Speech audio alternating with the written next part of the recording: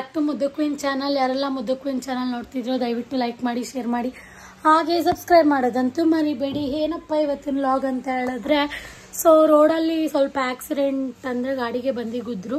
So ಅದಕ್ಕೋಸ್ಕರ ಸ್ವಲ್ಪ ಜಗಳ ಆಯಿತು. ಈ ವ್ಲಾಗಲ್ಲಿ ನೀವು ನೋಡ್ಬೋದು. ಹಾಗೆ ನನ್ನ ಮೈ ಹೇಗೆಲ್ಲ ಆಟ ಆಡ್ತಾಳೆ ಮನೇಲಿ ಅನ್ನೋದು ಈ ವ್ಲಾಗಲ್ಲಿ ನೀವು ನೋಡ್ಬೋದು. ಸೊ ನಾನು ವೆಲ್ಕಮ್ ಬ್ಯಾಕ್ ಹೇಳಿರಲಿಲ್ಲ, ಸೊ ಅದಕ್ಕೆ ಹೇಳ್ತಿದ್ದೀನಿ. ಸೊ ಇಷ್ಟು ವ್ಲಾಗನ್ನ ನೀವು ನೋಡ್ಬೋದು. ನಮ್ಮ ಮೈಮ ನೋಡಿ ಹೇಗೆ ನೋಡ್ತಿದ್ದಾಳೆ. ಬುಂಗೂರು ಮುದ್ದು ನನಗೆ. ಸೊ ಇವಾಗ ಕೆಲಸ ಎಲ್ಲ ಮಾಡಿ ಈ ವ್ಲಾಗ್ ನಿಮ್ಗೆಲ್ರಿಗೂ ಇಷ್ಟ ಆಗುತ್ತೆ ಅಂತ ಅನ್ಕೊಂಡಿದ್ದೀನಿ. ನೋಡಿ ಸಪೋರ್ಟ್ ಮಾಡಿ. ಬಂದ್ಕುತ್ತೆ ಗಾಡಿ ಕೂತೆ ಎಣ್ಣೆ ಹೊಡ್ಬಿಟ್ಟು ಬಂದ್ಬಿಟ್ರೆ ಎಣ್ಣೆ ಹೊಡ್ಬಿಟ್ಟು ಗಾಡಿ ಓಡಿಸ್ತಾರ ನೀನು. ನಾನು ಬರ್ತಿಲ್ಲ, ಬಾ ರೆಡಿ ಮಾಡ್ಸು ಗಾಡಿನ ರೆಡಿ ಮಾಡ್ಸು, ಬಾ. ಹಾ ಬಾ ಬಾರ ಸೂರ್ಯ, ರೆಡಿ ಮಾಡಿಸ್ಕೊಳ್ಳಿ. ನಡಿ ಸೂರ್ಯ.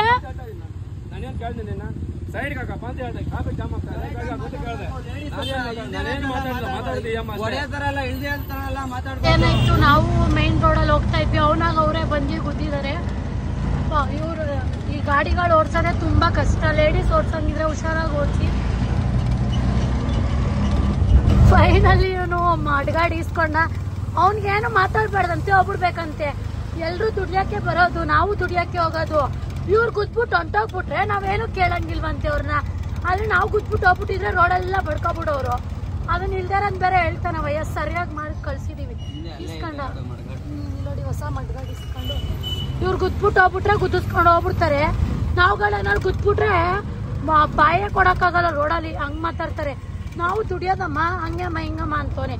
ನಾವೇನು ಇವರು ದುಡಿಯೋಕ್ಕೆ ಹೋಗೋದು. ನಮ್ಮ ಹಸ್ಬೆಂಡ್ ಇನ್ನೊಂದು ಕೆಲ್ಸಕ್ಕೆ ಹೋಗ್ಬಿಟ್ಟು ಸಂಪಾದನೆ ಮಾಡ್ಕೊಬಂದು ತಗೊಬರ್ತಾರ.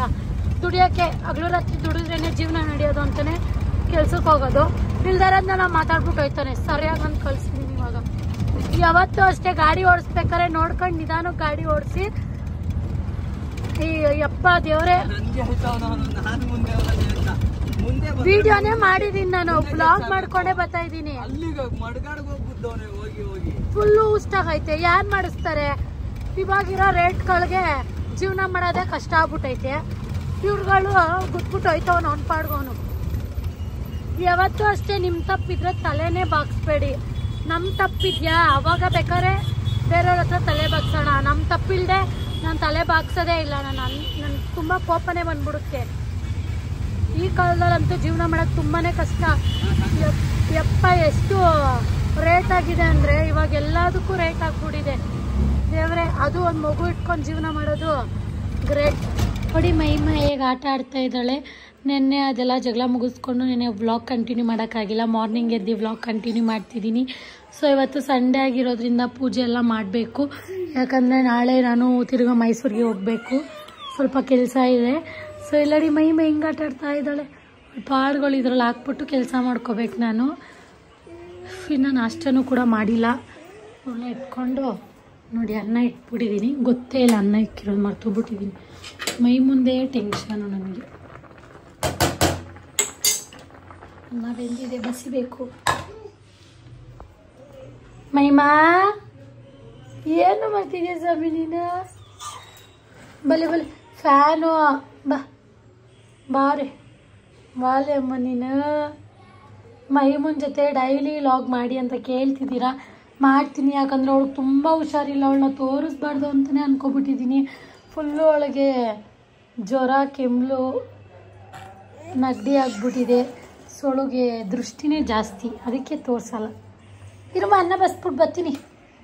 ಅಲ್ಲೇ ಮೈಮ ಇನ್ನೂ ಆಟ ಆಡ್ತಾ ಇದ್ದಾಳೆ. ಇವಳು ಇವಾಗ ಅಳಷ್ಟುಗೆ ನೋಡಿ ಇನ್ನೂ ಕೆಲಸ ಇದೆ. ಮನೇಲಿ ಏನು ಕೆಲಸ ಮಾಡಿಲ್ಲ. ಸ್ವಲ್ಪ ಮಾತ್ರ ನೆನೆ ಮಾಡ್ಕೊಂಡಿದ್ದೆ. ಇವಾಗ ದೇವ್ರ ಸಾಮಾನೆಲ್ಲ ಪೂಜೆ ಎಲ್ಲ ಮಾಡಬೇಕು. ನೋಡಿ ಏನಾದ್ರು ಒಂದು ಎಳ್ದಾಕಕ್ಕೆ ಹೋಗ್ತಾ ಇರ್ತಾಳೆ. ಅವರಪ್ಪನ ನೋಡ್ತಾವಳೆ. ಮೈಮ ಇವಾಗಂತೂ ತುಂಬ ಹಠ ಮಾಡ್ತಾಳೆ ಗೈಸ್. ಹತ್ರ ನಾವು ಸುಮ್ಮನೆ ಆಯ್ತೀವಂತ ಅವಳು ಹಠ ಮಾಡೋದು ಕಲ್ತ್ಕೊಬಿಟ್ಟವಳೆ. ಬಾ, ಎಲ್ಲಿಗೆ ಹೋಯ್ತಿದ್ಯಾ ಗಾಡಿ ಓಡಿಸ್ಕೊಂಡು? ಮೈಸೂರಿಗೆ ಹೋಗಿ. ಮೈಸೂರಿಗೆ ಮೈಮ ಅಂತೂ ನಂಗೆ ಹಿಂಸೆ ಕೊಡ್ತಾ ಇದ್ದಾಳೆ. ಎಲ್ಲಿಗೆ ಹೋಗ್ಬೇಕು ಮೈಮ ನೀನು? ಹಾಂ, ಎಲ್ಲಿಗೆ ಹೋಗ್ಬೇಕು ನೀನು? ಇವಾಗಲೇ ಮುನ್ಸ್ಕೋತಾಳೆ, ಎಲ್ಲ ಮಾಡ್ತಾಳೆ ಗೈಸ್. ಅವಳಿಗೆ ನಾವು ಬೈಯಂಗಿಲ್ಲ, ಅಳೋದು ಇವಾಗೆಲ್ಲ ಅರ್ಥ ಆಗುತ್ತೆ. ನನಗಂತೂ ಇವಳನ್ನೇನು ಅನ್ನಂಗಿಲ್ಲ, ಮಹಿಮಾ ಅಂತ ಜೋರಾಗಿ ಕಿರ್ಚಂಗಿಲ್ಲ, ನಾನೇನು ಅನ್ನಂಗಿಲ್ಲ, ಹತ್ಬಿಡ್ತಾಳೆ. ನಂಗೆ ಭಯ ಆಗುತ್ತೆ ಅವಾಗವಾಗ. ಇವಳು ಒಂಥರ ಚಂಡಿ ಜಾಸ್ತಿ ಮಾಡ್ತಾಳೆ ಇವಾಗ 6 ಮಂತ್ಸಲ್ಲಿ. ಹಂಗೆ ಇನ್ನೊಂದು ಏನು ಹೇಳಬೇಕು ಅಂತ ಹೇಳಿದ್ರೆ 6 ಮಂತ್ಸಲ್ಲಿ ಪಾಪುನ ಹುಷಾರಾಗಿ ನೋಡ್ಕೊಳ್ಳಿ, ಯಾಕಂದರೆ 6 ಮಂತ್ಸಲ್ಲಿ ಜ್ವರ ಬರುತ್ತಂತೆ. ಹಾಗೆ ಏನೋ ಹೇಳ್ತಾರೆ ದೊಡ್ಡವರು, ಆಫ್ ಮಂತ್ಸ್ ಹುಷಾರಾಗಿ ನೋಡ್ಕೋಬೇಕು ಪಾಪುಗಳನ್ನ ಅಂತ. ಪಾಪುನ ಹುಷಾರಾಗಿ ನೋಡ್ಕೊಳ್ಳಿ, ಹಾಗೆ ಚೆನ್ನಾಗೇ ನೋಡ್ಕೊಳ್ಳಿ ಅಂತ ಹೇಳೋದಕ್ಕೆ ಇಷ್ಟಪಡ್ತೀನಿ. ಏನು ಮಹಿಮ ಏನು ನೋಡ್ತಿದ್ಯಾ ಬಂಗಾರಿ? ಜ್ವರ ಬಂದು ಸಣ್ಣ ಆಗಿಬಿಟ್ಟಿದ್ದಾಳೆ ನನ್ನ ಮಗಳು. ಈಗ ಹೋಯ್ತಾ ಇದ್ದೀನಿ, ಇವಾಗ ನೋಡ್ಕೊಳ್ಳಿ ಮಹಿಮನಿಗೆ. ಮಹಿಮಾ ನಾಟ್ಕಾಡ್ತೀಯ ನೀನು ಸುಮ್ಮನೆ ಭೂ ಬೇಕಾ ನೀನು? ಕೊಟ್ರೆ ನಗದು ನೋಡಿ, ನಗದು ಏನು ಮಾಡ್ತಾಳೆ ಮಹಿಮಾ ಗೌಡ.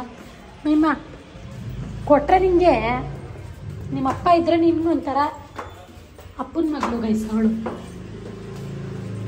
ಮಲ್ಕೋತಾನೆ ಇಲ್ಲ, ನಾನು ನೋಡಿ ಅರ್ಧ ಬರ್ಧ ಕೆಲಸ ಮಾಡಿಸಿದಾಳೆ. ಮಲ್ಕೋ ಮಹಿಮಾ ಪ್ಲೀಸ್. ಫೋನ್ ಮಾಡ್ತಿದ್ಯಾ ನೀನು? ಎಲ್ಲಿಗೋಯ್ತೀಯಾ ನೀನು? ಭೂ ಹೋಯ್ತೀಯಾ? ಎಲ್ಲಿಗೆ ಭೂ ಹೋಗೋದು ನೀನು? ನೋಡಿ ಗೈಸ್, ನಮ್ಮ 3 ಜನದ ಬೆಡ್ಶೀಟ್, ನಂದು, ಸೂರ್ಯದು, ಮಹಿಮಾದು.